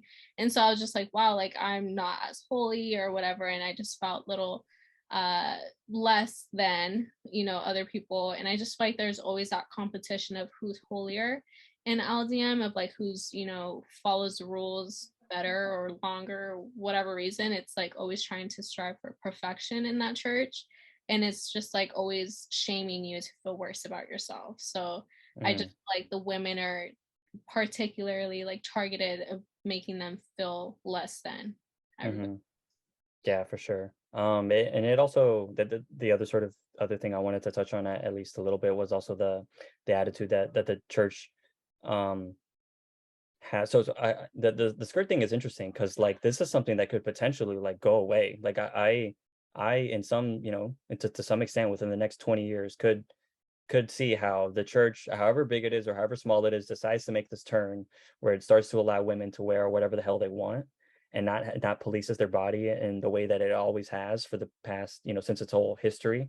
And it's interesting because like these are particular like um ways that women have to live their lives in a sort of more old school Mexican machismo fashion than what is normally allowed within, say, like the United States or in Mexico. People's attitudes about all these sort of about the gender divide and about gender roles and about just everything. A lot of people's ideas and ideologies on these sorts of matters are changing, and as they should. And the thing is that like LLDM happens to be stuck in a particular way that I wonder if that they sort of eats away at their image of trying to seem like they are some sort of organization that is for the rights of women and for that is against that is for the protection of people that are caught in instances of domestic violence or whatnot. There's something like very discriminatory about the skirt thing, and I think that extends also to the matter of people getting university um Education. educations, where I always unquestionably knew that I was going to end up going to the university. And that was never a question in my mind, and it was never a question in my mind, in the mind of my sister.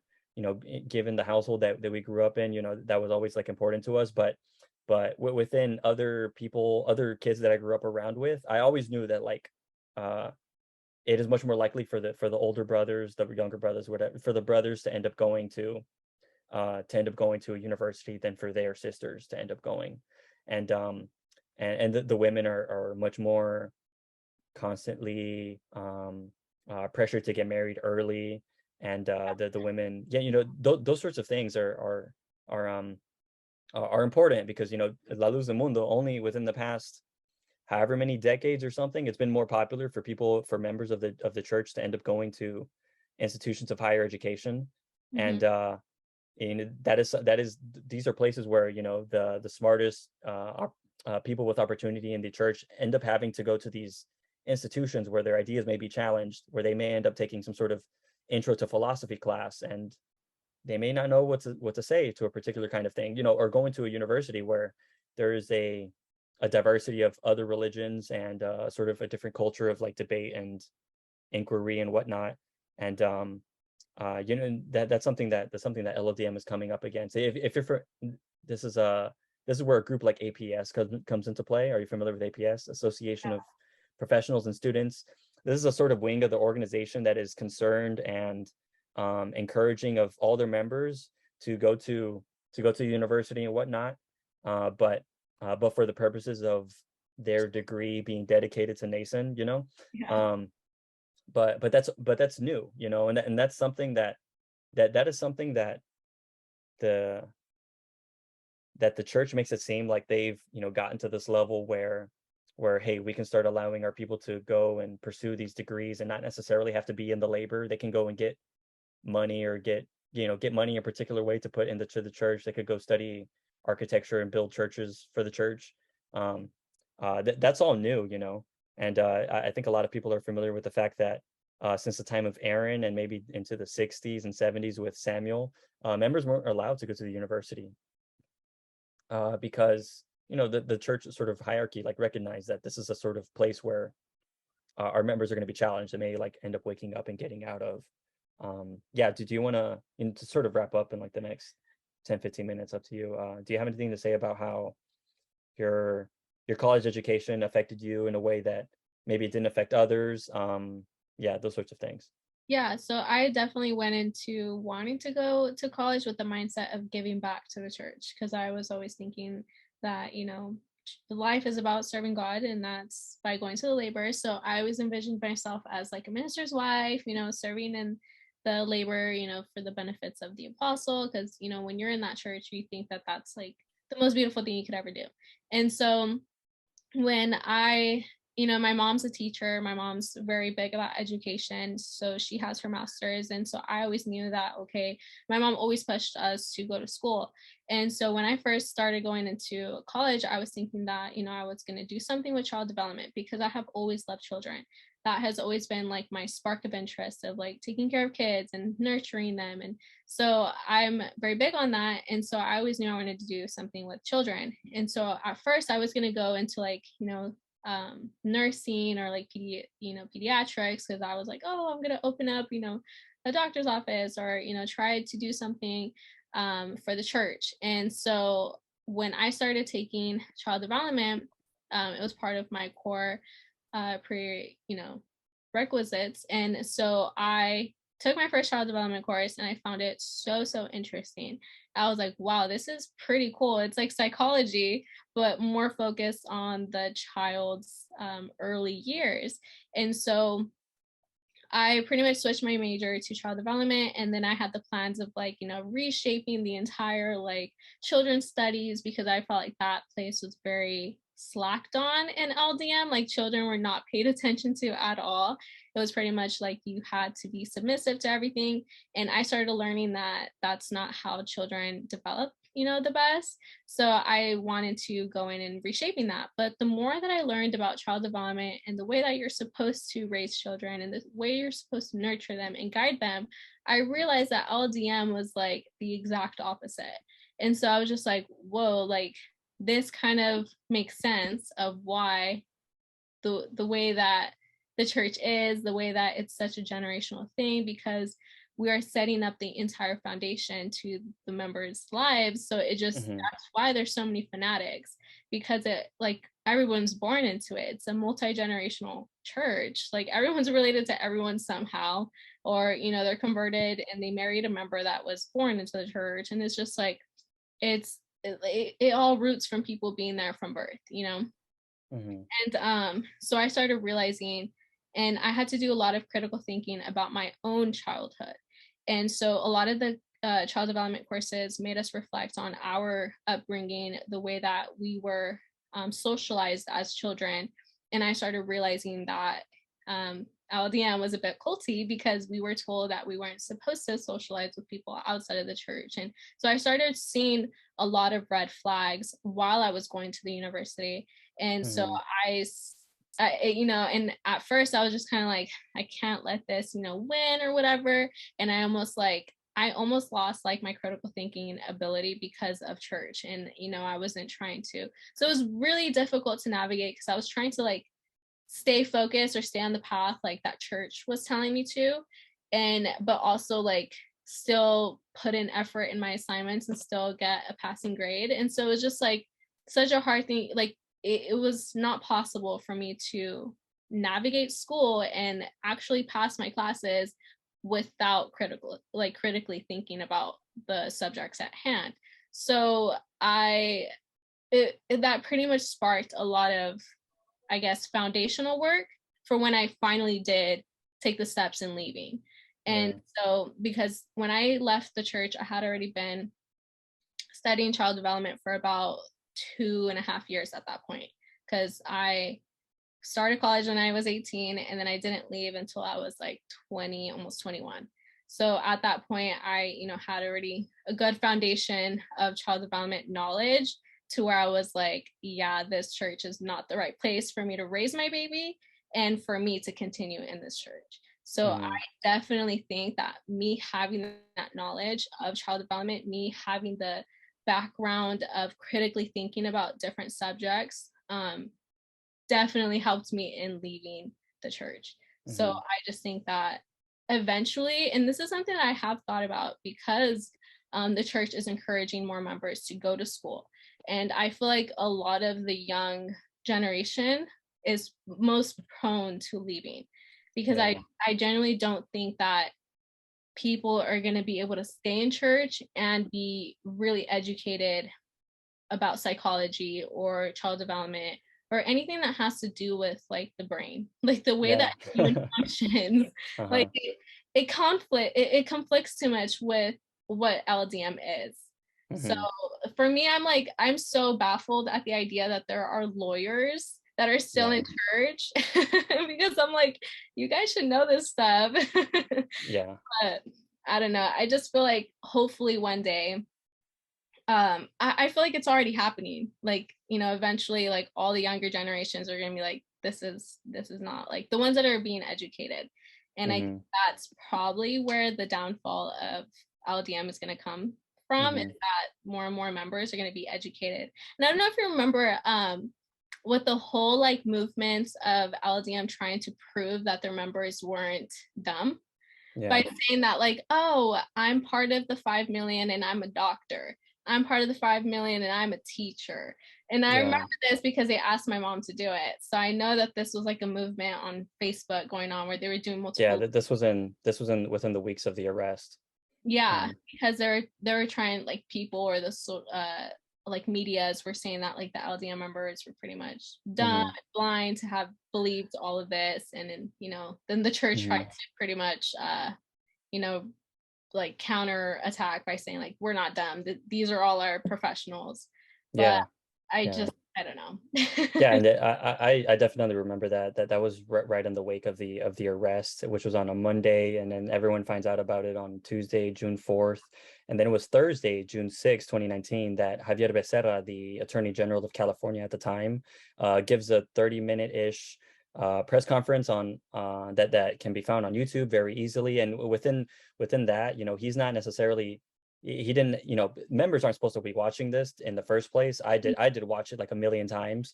And I remember the sort of meme that came out of that ministers or whoever else was, sort of extracting out of that, was saying that like Javier Becerra said that uh they tried to they the people who were interpreting that press conference tried to make it seem as if like, this is an attack on the church. He's implicating all the church members, and your beliefs, your Morse code beliefs are being implicated in this thing. This man is arrested, for, they say, for these reasons, but really they're trying to attack you. And well, one of the things he says in that press conference, and it's really nothing like venomous or anything really like gross or anything, but something that he says was about how he's like, yeah, this is a weird, he says something to the effect of like, yeah, this is a strange religious organization.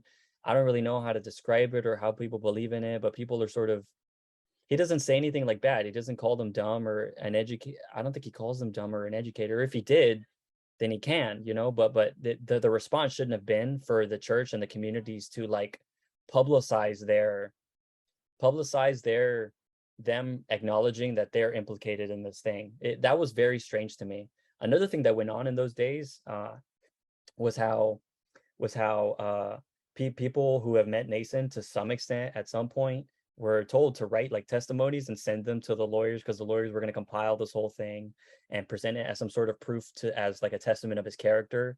In no instance, and for no case of any celebrity with this like matter, you know, the thing was that like, yeah, a bunch of people have seen Nason.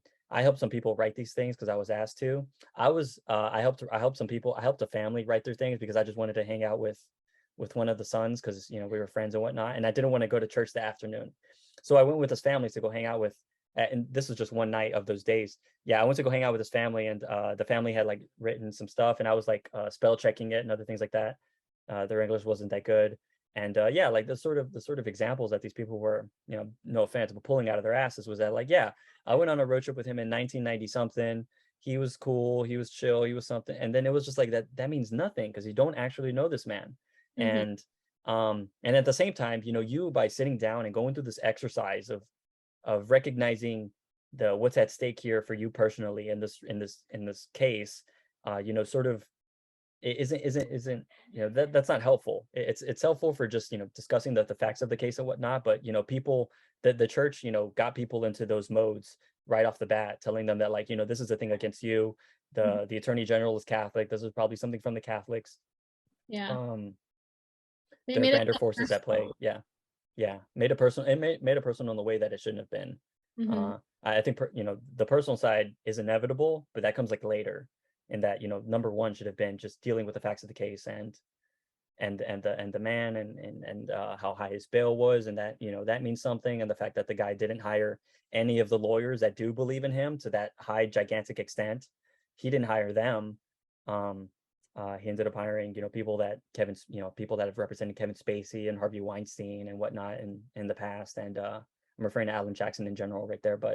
Um but yeah, taking some steps back, to this thing of like, um uh institutions of higher education. That's a very interesting bit, where I hope that the church is shooting itself in the foot, where it starts to allow people to go out into the world, and engage in ideas in a particular way, not like high school. And college is a much different um learning environment. And so, yeah, I hope, and at least in my instance and in yours, the church has sort of shot itself in the foot, where it let some people get too straight away and too smart for their own good, that it ended up harming them back in return. And that's what's troubling also, that I want to say, is that, like, I grew up in Houston. This is the second largest, one of the largest locations in the US for the church.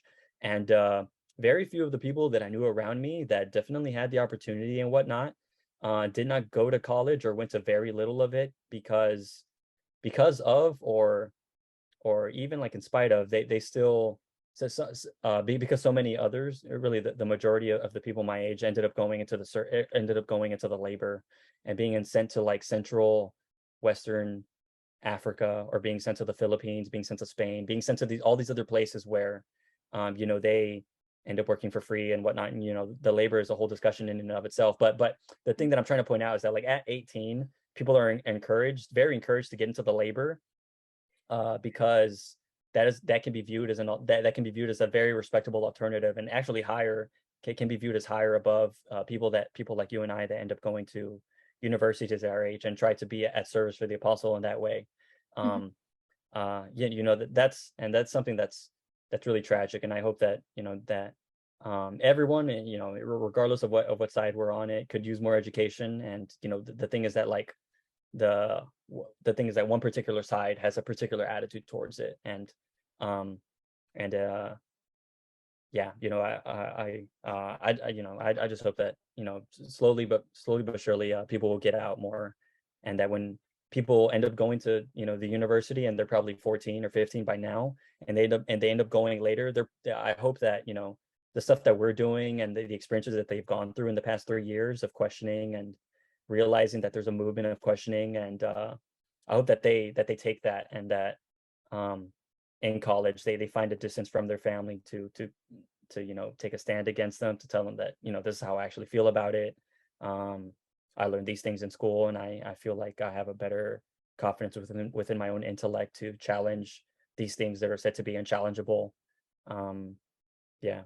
Yeah, I uh definitely think that breaking generational like cycles and traumas is really becoming more common, I feel, and mhm, especially in LDM with, these, because it's such a generational thing to be born in the church and, be raised as a fanatic and just continue the cycle. I see myself as like almost like a cycle breaker on that part. And then also the way that like I'm raising my son, because I have learned a lot of child development knowledge. So I'm raising my son in the way that like best benefits his development.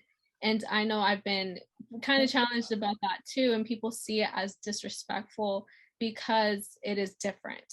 And I feel like because I come from a Hispanic family, and a lot of the cultures around children is pretty much toxic in the way that like children are to be seen but not heard, and how, a lot of times children are disrespected and they're just not really seen as people in general.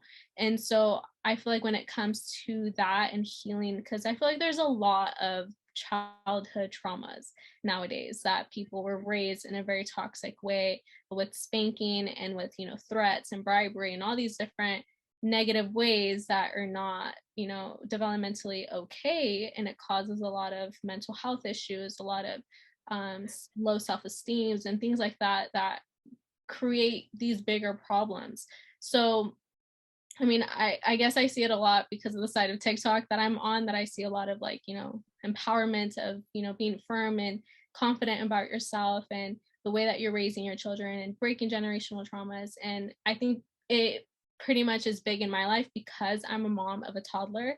So it's very much prevalent in my life right now. It's such an important topic for me. So I feel like I'm navigating those things and I'm seeing things from a deeper perspective of like, what is the long-term effect of these different ways, of these different tactics. And because of LDM and their like tactics, I have seen the long-term effects of it. I don't want to repeat that same thing with my child. So I'm really excited to see how my son's gonna shape out to be. I hope that like I do a good job. And I have already seen the effects of my baby, of the way that I'm doing things with him. He's only a year and a half. He's only a year and a half, and he's already like so different from the way that I viewed other children growing up at that age. And I've been told too that people are like, wow, he's so advanced for his age. Like, what is it that you're doing with him? And I feel like all people are so capable, all children are so capable. And I feel like a lot of things in the world that limit their capabilities and they limit their power. And I feel like in LDM, they limit the mind of everybody.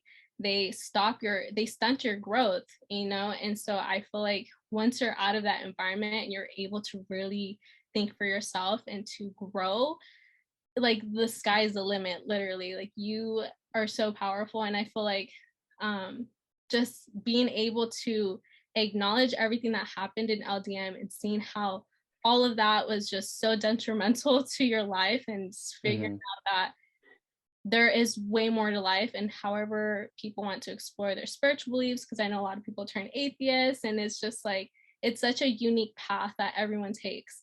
And I just feel like most importantly, it's just like you said, step one, leave the church. And I feel like that will lead you down a path of like endless opportunities. And it's not to say that like, oh, well, now you can go party and drink and all these different things that, if you want to do that, go ahead. But it's like in the greater scale of things, it's not going to really get you anywhere when it comes to like growing your knowledge. I feel like that's kind of where I want to go. Like just everyday learning. And like, I remember I was told that the day that you stop learning is the day that you start dying. So that has really stuck with me. And I'm constantly like just reading books and exploring different mindsets. And, leaving the church, like we had mentioned earlier, like that fear of falling into a different cult, so I'm like very open-minded when it comes to different, ideas and different philosophical views, and just like being so careful. And I think that's kind of like what my YouTube page is going to be about, like my YouTube channel. It's about for sure.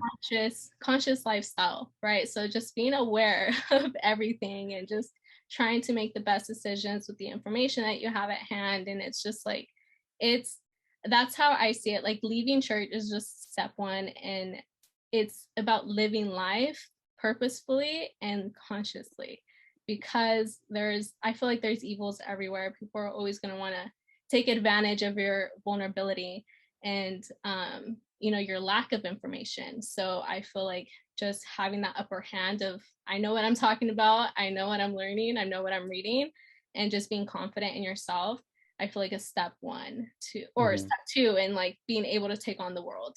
But so yeah, Sarah, just to sort of I guess like start wrapping things up.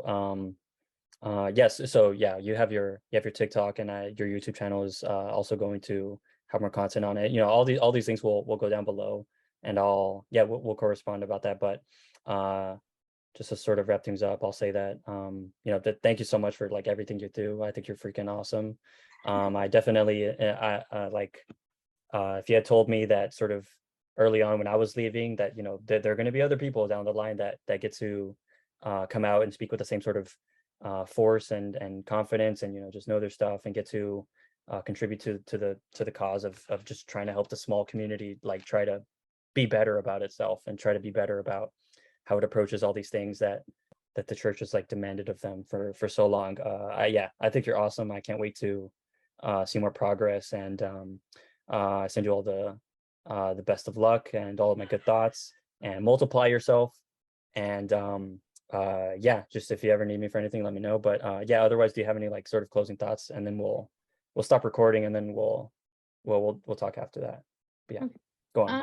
I'm just really happy to have been able to talk about some things here. I feel like I didn't really talk too much about like the gendered difference. Hmm. That was definitely new ideas that had me contemplating a little bit. So thank you for Yeah, those points up. definitely. They're extremely important. But overall, I just hope that this helps people and take those steps in leaving and just knowing that they're not alone, even though it seems like a very scary and lonely road that LDM tries to paint in our head, but it's Hmm. only lonely because they make it lonely. But there's so much support for us once we do leave. But yeah, I just hope that people continue watching our videos and hope that that gives them that comfort and peace of mind in taking those steps and leaving. Yes, for sure. Thank you for everything you do. And I think I had like one more thing I wanted to say, but no, I think that's basically it. Um, yeah, I look forward to more, and thank you. So otherwise, we'll say bye to everyone. Everyone, be sure to like, comment, subscribe, send your questions, etc., like that. Oh, here's what I was gonna say. Sarah, yeah, you have an open platform here whenever you want. I definitely upload just whenever I kind of feel like it, or whenever I feel like having some sort of discussion. I think a lot of other work happens, outside of YouTube, but Mhm. it's useful to have things here online. But yeah, if for any reason you ever want to take advantage of whatever amount of people watch this stuff, feel free to let me know, and we can talk about like the gendered aspects of growing up in the church, because it's interesting. And like the church is a particular thing. Churches, all kinds of churches and doctrines and everything, but this one has to survive in the 21st century. And it's not, it's a weird sort of survive that it has to do, and recognizing how a lot of people's ideas of gender are changing over time. And then you, of course, you're also on another thing about like the marching on of time, is that like there's things like TikTok, and then it's like, as of now, the church has a very bad reputation on there in terms of, your sort of content, and like you just putting the information out there that beware of this thing that might come after you in a particular time in your life. But yeah, otherwise, I'll stop pressing record. But thank you so much, Sarah, and yeah, you're always welcome here again. Thank you. I'm going to stop now.